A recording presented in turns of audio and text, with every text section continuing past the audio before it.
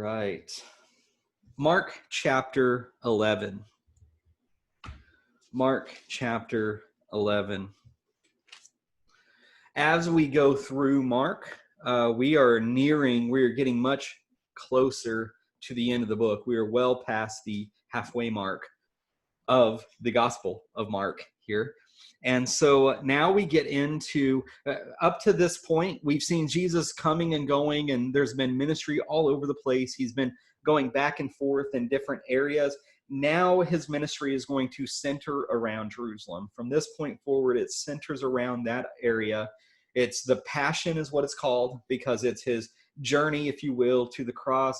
He enters and leaves Jerusalem a couple of times, depending upon which gospel you use. But when he leaves, he's only leaving to go and rest, or to go whenever he goes to the Mount of Olives and speaks with God. So the rest of Jesus' ministry takes place in and around Jerusalem. And so Mark chose, in this chapter anyway, we're going to see 4 events that Mark chose to show us. We see the triumphal entry in the first 11 verses. Then we see an interesting discussion about a fig tree, and that creates a sandwich. So we see the cursing of the fig tree, and then after he curses the fig tree, we're going to see the cleansing of the temple, and that is followed by the lesson of the fig tree. And Mark does these, I believe it's called a chiastic structure, if you want the fancy word, but he does these sandwiching things because he wants to make sure we understand the cleansing of the temple has to do with the lessons of the fig tree. And so that's where he moves us into. And this is the triumphal entry is only the second incident that these all 4 gospels combined to, I can't even read my own handwriting here. It's the second incident that all 4 of the evangelists record, the other being the feeding of the 5,000. So if you remember, we've got the 3 synoptics. So we've got Matthew, Mark, and Luke, and they're called synoptics because they're very, very similar. They carry a lot of the different stories. And then you've got John, who's over in his own little world over here. John records very few of the stories that the other 3 record, but all 4 of them record the triumphal entry as well as the feeding of the 5,000. And so the triumphal entry takes place in verse 1 going through verse 11, and let's read that together. And by the way, really, I was going to save this till after, but really, as the triumphal entry unfolds, what we're really seeing is, and this is really the sandwich for the entire chapter, is the question of who am I? Who is this Jesus guy? This is where it all begins to come to light. This is what makes them much more angry at Jesus. And so in chapter 11, starting in verse 1, now when they drew near to Jerusalem, to Bethphage and Bethany, at the Mount of Olives, Jesus sent 2 of his disciples and said to them, "Go into the village in front of you, and immediately as you enter it, you will find a colt tied, on which no one has ever sat. Untie it and bring it. If anyone says to you, 'Why are you doing this?' say, 'The Lord has need of it, and we'll send it back here immediately.'" Now, this is interesting because we know, well, we can just read here in a moment that this is exactly what takes place. Many scholars believe that maybe Jesus or some of the disciples knew whoever was the owner of this. We don't really know for sure, but we know they allowed him to do it. In verse 4, they went away and found a colt tied at a door outside in the street, and they untied it. Some of those standing there said to them, "What are you doing untying the colt?" And they told them what Jesus had said, and they let them go. They didn't stop them from taking this colt. And they brought the colt to Jesus and threw their cloaks on it, and he sat on it. And many spread their cloaks on the road, and others spread leafy branches that they had cut from the fields. And those who went before and those who followed were shouting, "Hosanna! Blessed is he who comes in the name of the Lord. Blessed is the coming kingdom of our father David. Hosanna in the highest. And so we see that Jesus sends them out to retrieve this colt. And as he does, he's doing this from the Mount of Olives. The Mount of Olives, I looked up, it stands about 2,600 feet above sea level, just east of Jerusalem. You know, Palestine has really interesting geography. It's really worthwhile to go look at, because they've got everything from 2,600 feet above sea level to the Dead Sea, right? Which is a Dead Sea, and it's below. But it's a really interesting area. It's near the Kidron Valley, which separates it from the city. And here, Jesus is going to use this as a base for the next couple of scenes that we see happen. So he sends his disciples to get this colt, and whenever they're grabbing the donkey, if you will, the people, hey, what are you doing? And they explain it. They let him go. Look what happens in verse 7, though. And by the way, Jesus specifically chose this. Kings, people who were warriors, war heroes, they would have entered on a horse, like a nice, I don't know, stallion or something along those lines. Jesus chose something that was different. He chose what the kings of Israel used to ride on back in the Old Testament. But here, and so he differentiated himself from kings of that day, is what I'm getting at, from especially the Roman kings. And so as they did this, they threw their cloaks on it so that Jesus could sit on a makeshift saddle, if you will, which really wasn't a saddle. It was just keeping him from getting dusty and dirty. And then many spread their cloaks on the road and spread leafy branches. Have you guys seen... We've all probably seen a movie of some sort that depicts this happening, whether it was The Passion of the Christ or something else. There's a lot of movies out there that depict this, not just for Jesus. I want to say doesn't even Ben-Hur have a scene of this happening? I don't remember exactly, but this is an idea of one who is seen as a hero coming in. It's one who is seen as being great. Now, not the donkey in the Roman mindset, but in the Israeli mindset, the donkey even had a purpose. Jesus' decision to enter Jerusalem this way, this fulfilled the prophecy we see in Zechariah chapter 9. When Israel's rulers wanted to present themselves as servants of the people, they rode donkeys. We see this in Judges 10:4 and Judges 12:14, and this is really what I was trying to get at. But when they acted as military leaders, it wasn't donkeys that they rode, it was horses. And then placing one's garments on the ground before someone, this was a sign of homage, of royal homage, of respect, of revering. And so all of this is taking place. And and it's fitting for Jesus to do the servant entrance. Yes, he is a great king, but he enters as a servant because he's going to provide the ultimate service, isn't he? He's going to crawl on a cross. Hosanna is an exclamation of praise. Save us, O Lord, save us now. We see this in Psalm 118, where in the Hebrew it cries out. Blessed is he who comes in the name of the Lord is a quotation from that chapter as well.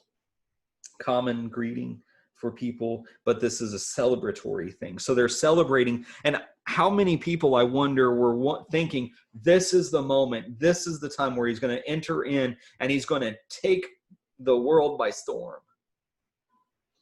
And it's kind of anticlimactic, especially when you read other Gospels. He goes in, he causes a little bit of ruckus, and then he just comes out, right?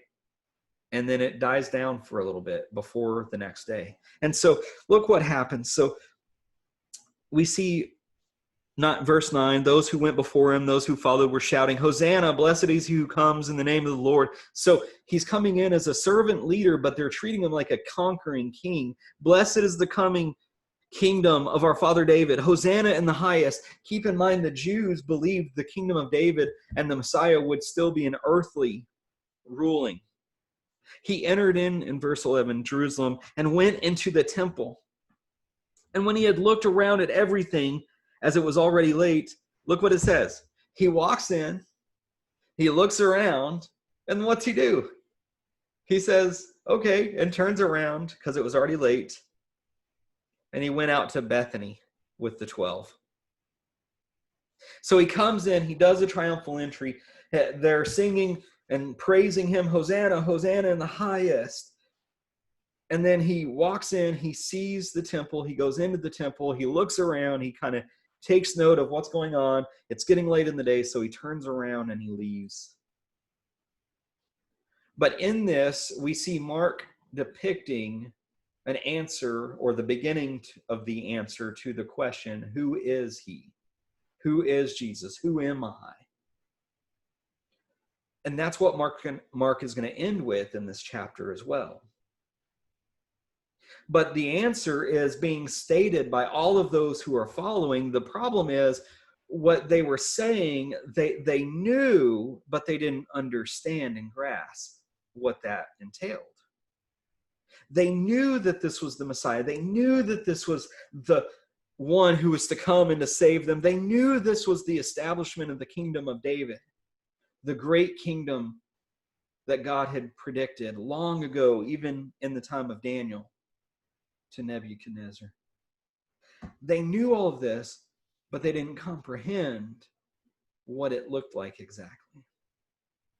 And what something looks like and what something is becomes another sub-theme in this chapter. Because sandwiched between the question and answer of who is Jesus, or who is this person, who am I is the way I wrote it, we move into a section of condemnation. We move into a section in which we see they don't truly grasp what's going on completely. Moving one of my notes here. In verse 12, on the following day, when they came from Bethany, he was hungry. So I like this story. It's a very interesting story. It kind of, paper keeps flying. It's kind of an interesting twist in the story.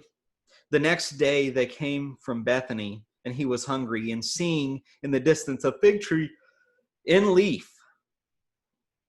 So Mark tells us in leaf for a specific reason.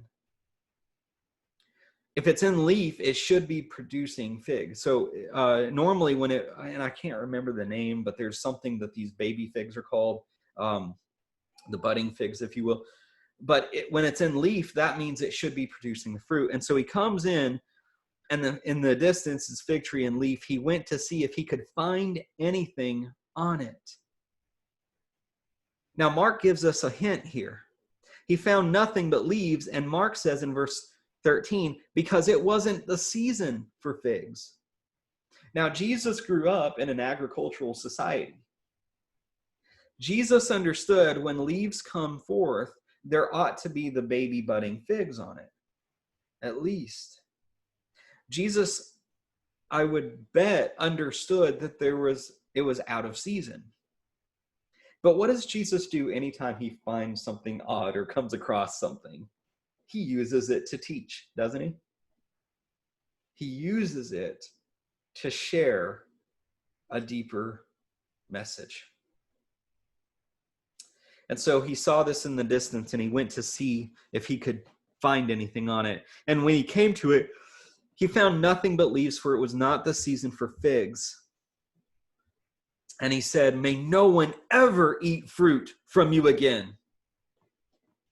Was he just throwing a temper tantrum? I don't think so. I don't think that's at all what's going on here. Here he's teaching a lesson. And this is an important lesson. This lesson has to do with appearances versus what's truth, aka hypocrisy. Mark explains it wasn't the fig season. Matthew doesn't add this explanation in his account. But this is in that late March era, the leaves on the tree suggest that it was bearing fruit, but it was not. One author wrote this, and I starred this in my notes because I wanted to share this author's comment. Though ripe figs were not expected until June, smaller pre-figs would appear with the leaves in April. Jesus was looking for those indicators that genuine fruit would one day result. And I think that's a key, because you can get the pre-fig stuff, and I suppose you can eat it. I don't know much about figs, but I suppose you can eat it. But it appeared as though it should have something, and it didn't. And so Jesus curses this tree. You know, if it had a feeling, it would have been hurt, I suspect. He saw this as an opportunity to teach his disciples. But notice what happens. He curses the tree, and he doesn't explain it to the disciples yet. In fact, we see a whole nother story happen before Jesus ever explains to his disciples about the fig tree. But Mark does tell us the disciples heard Jesus say this, which I think was the intent of Jesus. Jesus saw an opportunity to teach the disciples by using this tree as an object lesson. It's a good illustration concerning the appearance of something when it's not actually true. Hypocrisy is one way of saying it.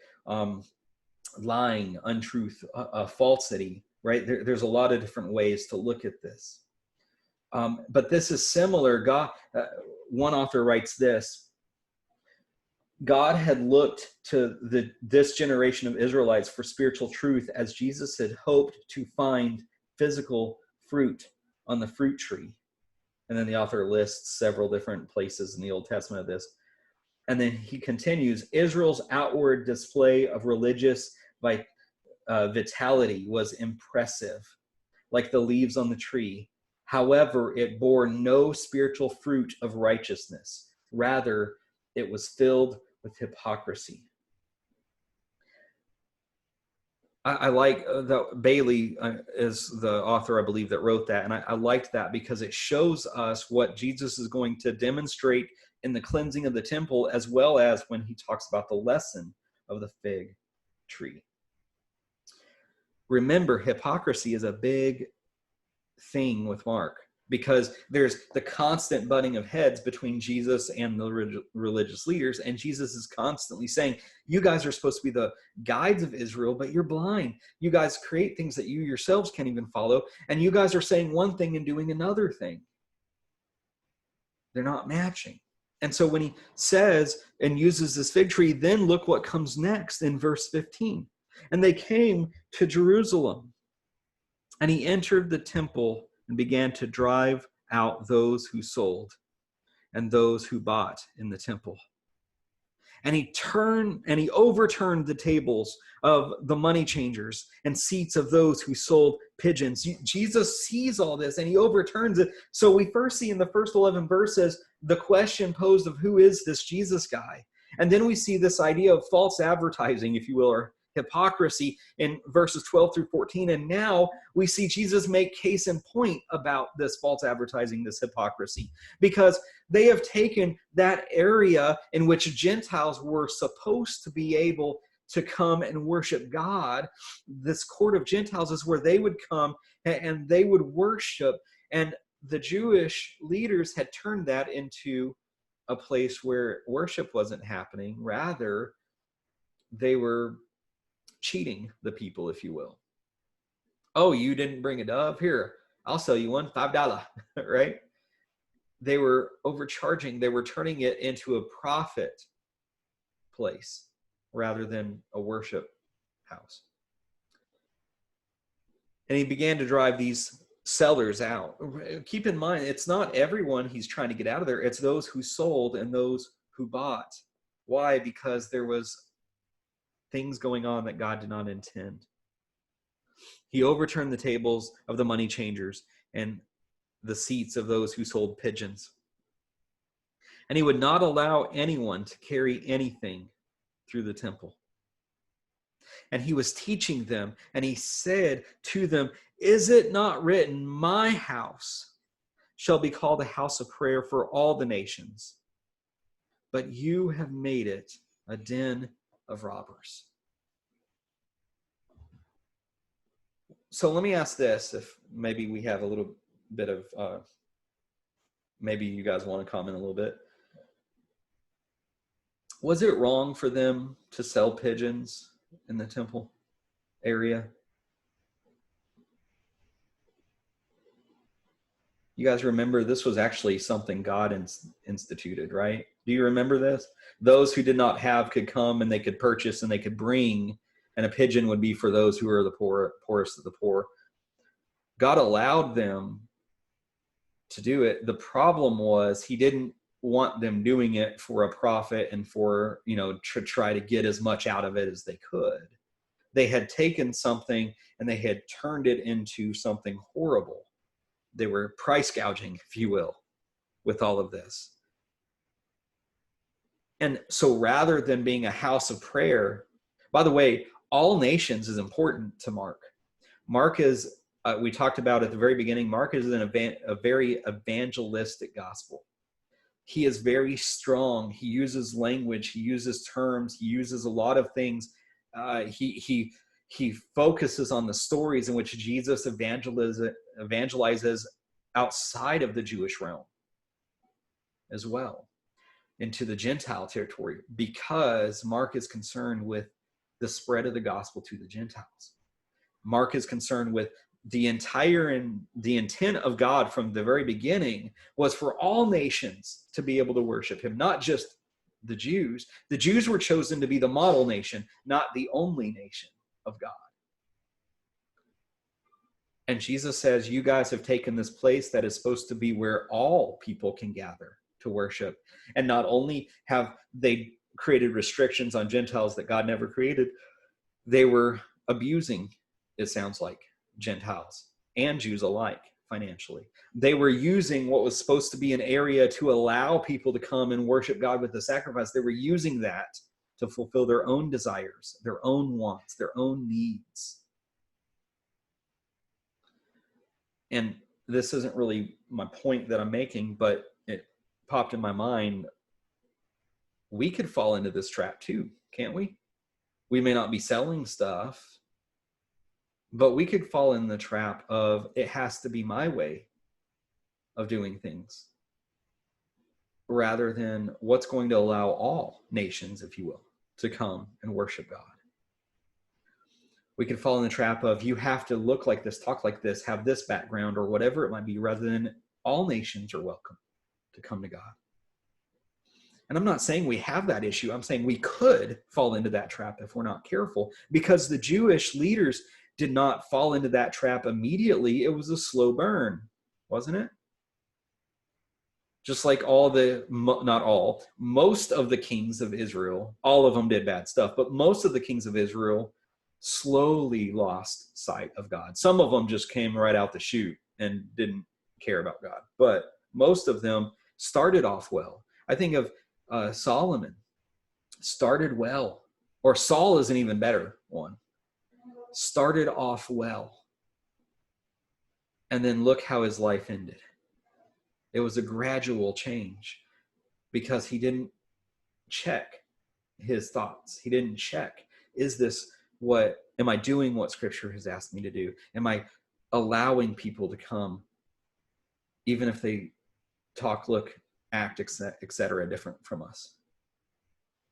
God wants his house of prayer to be a house of prayer for all nations. Now, this is what I love. You guys know the house of prayer today is not the church building, right? It's the church. It's us. The church building is wherever we're meeting together. If we're meeting at the city park, that's a church building because the church is in the building, right? We have the building up for sale. We're not selling the church, are we? We're selling a building, brick and mortar. That's what we're selling. The church is greater. And the church, it's not the temple anymore. that all come to worship God. It's the gathering of the saints now, wherever and whenever and however that takes place. We are the temple that is to be welcoming. And by the way, this is why racism is so bad in the eyes of God, because racism is not being welcoming to all nations as a Christian, is it? And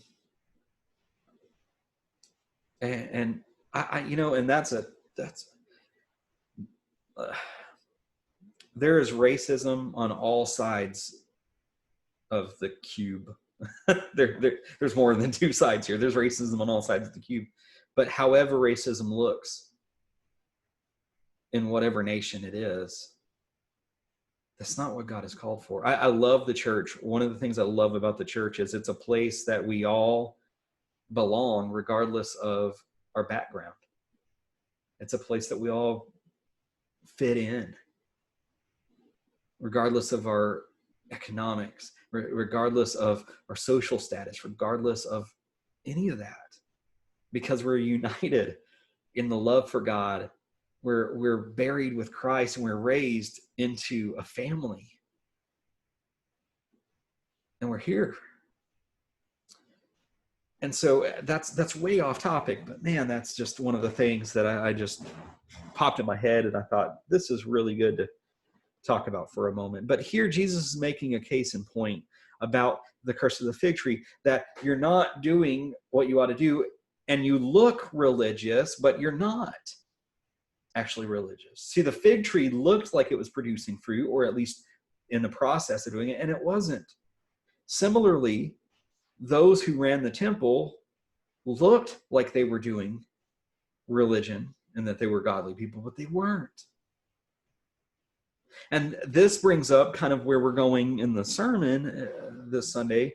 So you guys, every time you come on Wednesday night, you get a preview of the sermon. But this kind of brings up the idea of, do we look the part, or are we living the part? Are we just pretending, or are we actually living, right? Are we looking the part of holiness, or are we actually striving to be holy? Because there's a big difference, and the difference matters, doesn't it? What does Scripture say about those who look the part but don't actually live the part? What does Scripture say the destination is? It's not pleasant, but we still need to say it, right? It's hell.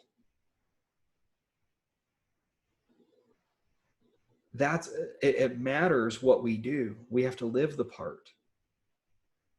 Now, we all struggle with that, but I always like to put this clarification in. There is a difference in struggling and just not even trying as well. So he says, my house should be a place for all people. And basically, you have made it, it says in verse 17, you have made it a den of robbers. And the chief priests and the scribes, they heard it and were seeking a way. Look how violent the terminology gets. They were seeking a way to destroy him, for they feared him, because all the crowd was astonished at what? His teaching. When they're astonished at teaching, it's equal with being astonished and amazed at the authority that comes with that teaching. What has been their fear this entire time? This guy is going to take away everything we've worked so hard for. We have a pretty good gig, and this guy is going to upset everything, claiming he's the Messiah, claiming that we're pretending to be religious, but we're not. They became fearful. And when evening came, they went out of the city. So here we see kind of the case in point of the fig tree. And then Jesus, and Mark lets us in that Jesus comes back the next morning as he passes by. Mark comes back to the lesson of the fig tree, and God and Christ explains some of this. As they passed, in verse 20, by in the morning, they saw the fig tree withered away to its roots. And by the way, this also demonstrates the power and faith that one has. I'm sorry, the mosquito sprayer just went by. Literally, I think he's just sitting outside my window. As they passed by in the morning, they saw the fig tree withered away to its roots. So it wasn't just a little bit dead. It was gone, annihilated. It was destroyed, which is really ironic because the Pharisees, the chief priests, and the scribes, what did they want to do? They wanted to destroy, annihilate Jesus. And again, in this lesson, now it's not them only, but Jesus is utilizing the fig tree to teach something about people like the chief priests and the scribes here. They want to seek to destroy Jesus. Jesus kind of gives insight that it's not him that'll be destroyed, right?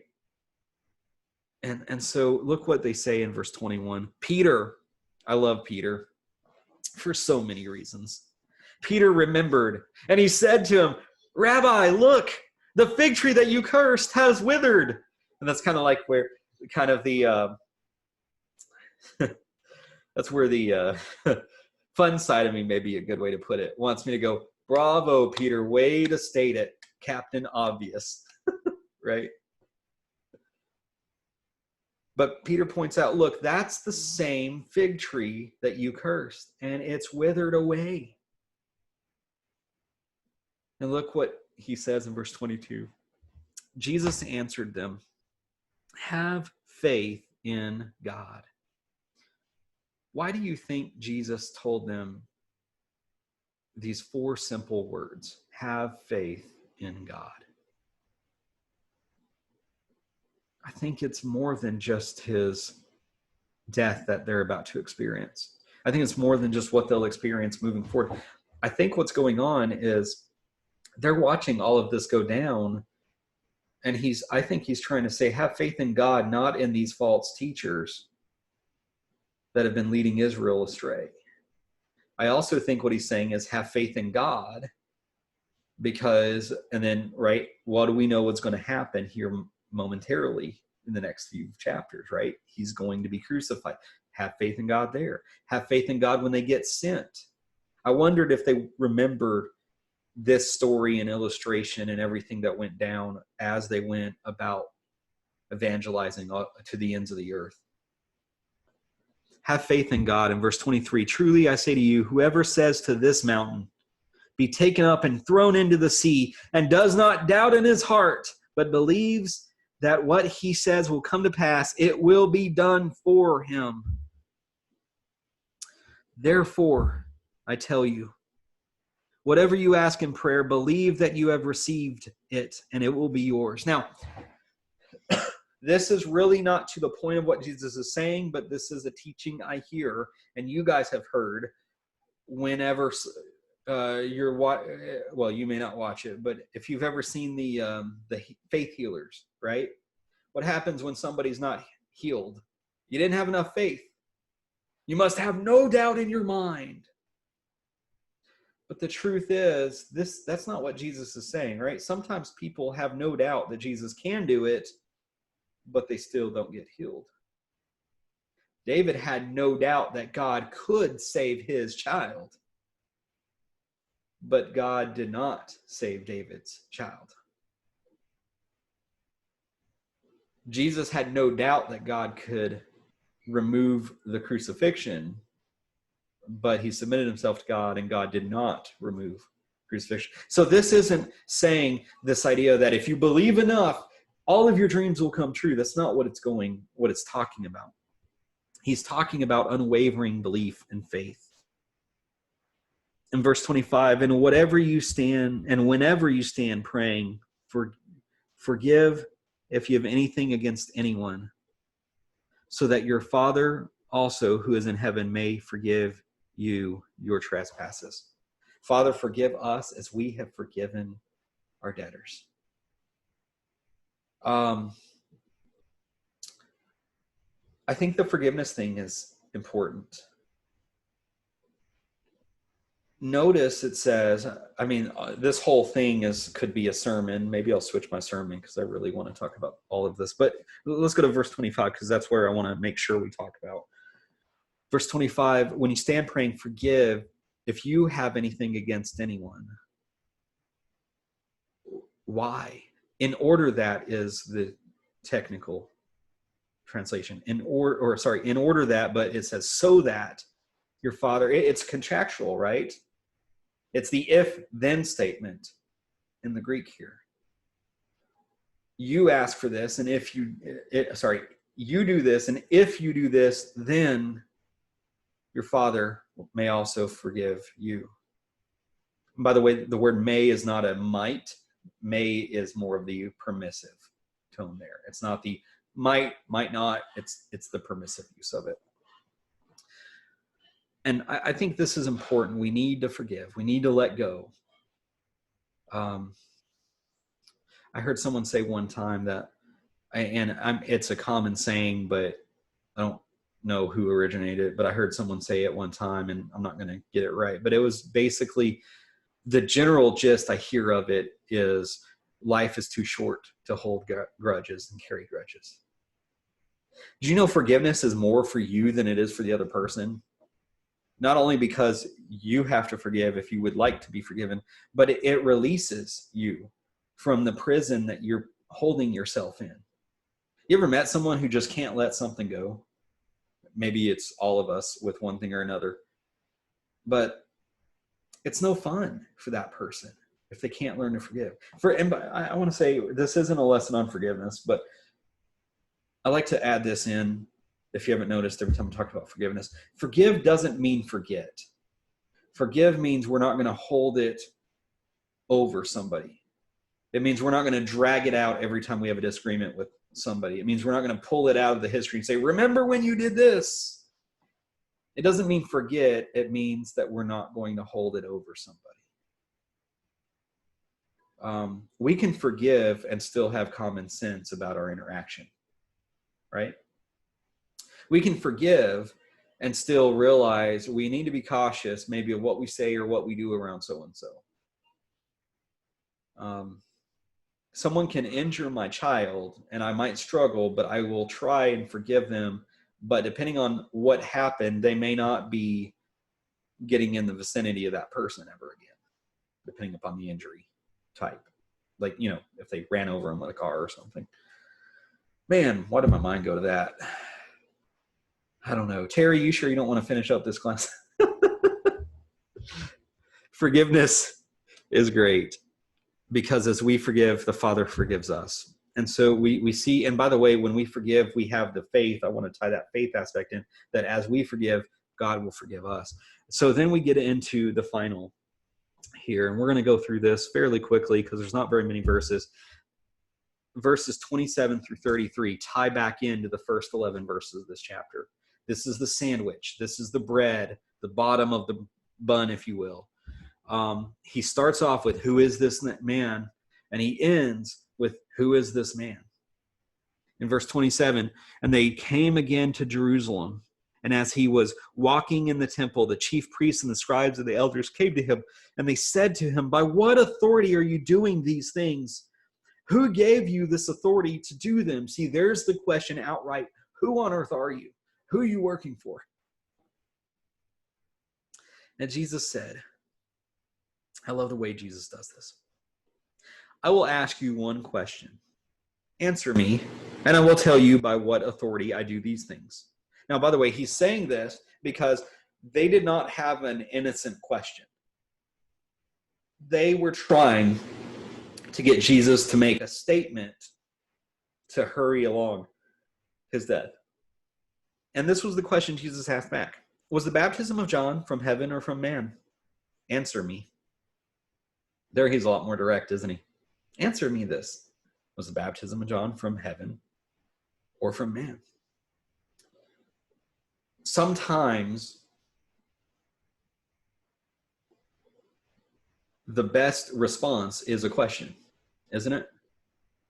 Mainly because a question a lot of times will help them actually take ownership of their belief, especially if it's a belief. I had someone a while back ask me something about what's my belief on X, Y, and Z, and And I said, man, that's a really great question. And I turned it around. I said, before we get into that, because I have scriptures I can show for my support, what do you think about it? Right. Now I do that for a couple of reasons. One, I do it because I want them to think through it, because a lot of times people will come and make accusations or ask questions and they themselves haven't even looked into it. But I do it primarily because hearing their response helps me gauge where they're at so that I can gauge how I can respond in a teaching manner. But I got a call. Oh, this was fun. I got a call a few days ago about, I don't know what possesses people to do this. People who don't come to the church, who don't even live in the area, who know nothing about us. People will call and they'll just ask all these pointed questions. And really what they're doing most of the time is trying to see, are you one of the chosen churches, or are you one of the heretical churches of Christ? And they'll call and they'll just ask stuff and you answer, but then they just want to argue with you about it. And that's what these guys were coming to do with Jesus. They didn't really want to know. They were trying to pick a fight. They were trying to cause problems. And Jesus basically says, I don't have time for this, doesn't he? Fine, I'll tell you, but you answer me this, right? Was John's baptism from heaven or from man? And I love what happened. They get in a powwow, right? They kind of get together. All right, guys, let's group think this. And they discuss it with one another, saying, if we say from heaven, he will say, well, why then did you not believe him? But if we say from man, they were afraid of the people, for they all held that John was really a prophet. They knew that Jesus had them between a rock and a hard place. They knew Jesus caught them and beat them at their own game. And as you read the Gospels, especially, this is most of the time, knowing Hebrew, Greek, and Aramaic just creates more questions and issues than anything else. But one of the fun things, and you can get the same information by just doing some more research, even if you don't know the languages. One of the fun things when you research it is the play on words Jesus does throughout the Gospels. And I mean, Jesus plays games with some of these Pharisees and Sadducees. He has play on words that are really funny whenever it comes. It doesn't always come out like the plank in the eye. It's funny illustration, but it's even funnier when you understand like the tonalities and stuff within the Greek that comes out in it. Well, I guess technically it would have been Aramaic, but anyway, it gets really funny to hear some of that. Paul does the same thing. Some of Paul's writings get pretty funny because of the play on words he uses, and whenever he's like really, really latching into the Corinthians, especially, he has some play on words that just get pretty hilarious. But they knew that he had caught them and beat them at their own game, and so they answer Jesus. And I love this. This is the ultimate riding of the fence, isn't it? We don't know. And so Jesus says, well, then neither will I tell you by what authority I do these things. But this also serves another purpose. If they don't believe John had authority, why would they believe the Messiah who John prepared the way for had authority, right? If they weren't going to listen to John, why would they listen to Jesus? And so I think Jesus did this for a couple of reasons. But here we see once again, Mark is posing this question right before Jesus has the passion played out. Mark is bringing up this question again. Who is this guy named Jesus? And he's showing that there's still people who can't figure this out, but there are more and more starting to figure out, maybe not grasping completely what it means, but starting to figure out this is the Messiah. Because what Mark is doing is he's setting us up for the climax when the Messiah, the hope of Israel, the guy that just got celebrated, he gets put in the most shameful position on a cross. And just when you think and just when it seems that Jesus lost the battle with whether it's the religious rulers, whether it's Satan, whomever you want to throw in that, just when you think it's over, on the cross, Jesus says, Eli, Eli, lama sabachthani. And depending on which translation, the Aramaic is Eloi, Eloi. But when Jesus cries out to that, and Jesus is recalling their memory. Psalm 22. And I love Psalm 22 because Jesus is saying, who am I? Just wait and see. Who am I? Look, these hypocrites that keep talking about who I am and who I'm not, as discussed with the fig tree and shown with all this other stuff, I am the real deal. And he keeps saying, and I love when he quotes that on the cross, and I got way ahead of myself here, but because when he quotes that, he's saying, wait and see, because this is only a beginning. It's not the end of anything. This is only the beginning. Guys, we serve a wonderful, amazing Messiah who saves not just those in that time, but he saves everyone through the shedding of his blood. And we worship a Messiah that may look different from what we think a Messiah ought to look like, but he is all powerful. He is all knowing. He is God in flesh. He is a Messiah. He is the Savior. He is what the world is looking for, whether or not the world knows it. That is the gospel we take. That is what we share. But to share it, we need to have a good understanding of who he is, and we need to make sure our life matches a following of Christ that we've been asked to live. Let's go to God in prayer, and then we'll